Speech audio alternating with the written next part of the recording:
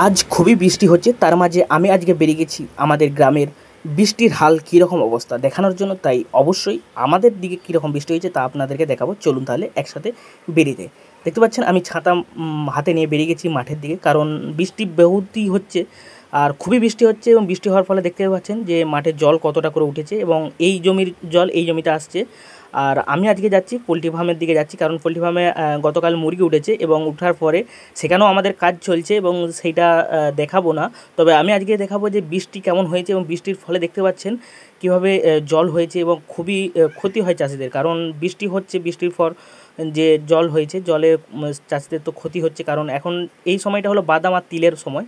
আর কীরকম জল পার হচ্ছে দেখতে পাচ্ছেন এই নাল থেকে, অর্থাৎ এই জমি থেকে এই জমি কীরকম আল দিয়ে পার হচ্ছে। আর চারদিকে শুধু জলে থই থই করছে আর বৃষ্টি লাগাতার হয়ে যাচ্ছে প্রায় ঘণ্টাখানেক হলো। আর বৃষ্টি হয়েছে কিছুটা, প্রথমের দিকে জোর ছিল, এখন নর্মাল কিছুটা জল, কারণ এখন ততটা বৃষ্টি হয় না, সেই জন্য আমি বেরিয়েছি। এবং খুবই বজ্রপাত পড়ছিল। তার দেখতে পাচ্ছেন এখানে চাষিরা অনেকেই বীজ ফেলেছে, অর্থাৎ তলা বীজ ফেলেছে ধান রোয়ার জন্য।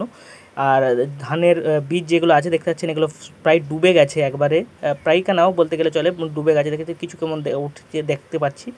আর সেটা আপনাদের সঙ্গে শেয়ার করলাম। আর বৃষ্টির ফলে চাষিদের বলতে খুবই ক্ষতি হচ্ছে এবং তার মাঝে দেখতে পাচ্ছেন যখন একটু বৃষ্টি থেমেছে চাষিরা বেরিয়ে গেছে মাঠ দিকে, কারণ এই যে জমিতে জলে ভর্তি হয় সেই জল পারাপার করার জন্য, অর্থাৎ জমিতে আল কাটা যেটাকে বলা হয় থাকে, আল কেটে জমিতে দেখবেন আমাদের গ্রামের দিকে হয়ে থাকে কি আর কি জমি পাস করা। দেখেছেন এখানে অনেকই তিল গাছ দিয়ে আছে, কারণ এখনও তারা তিল ঠিকঠাক শুকিয়ে তুলতে পারে না বাড়িতে।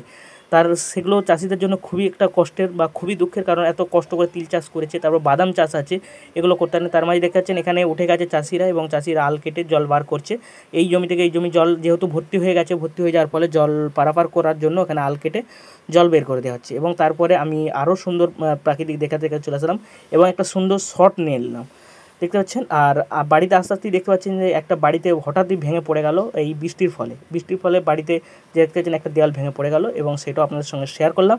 এবং সবশেষে আমি দেখতে দেখতে বাড়ির দিকে রওনা হয়ে গেলাম। এবং কেমন ভিডিওটা লাগলো অবশ্যই কমেন্ট জানাবেন।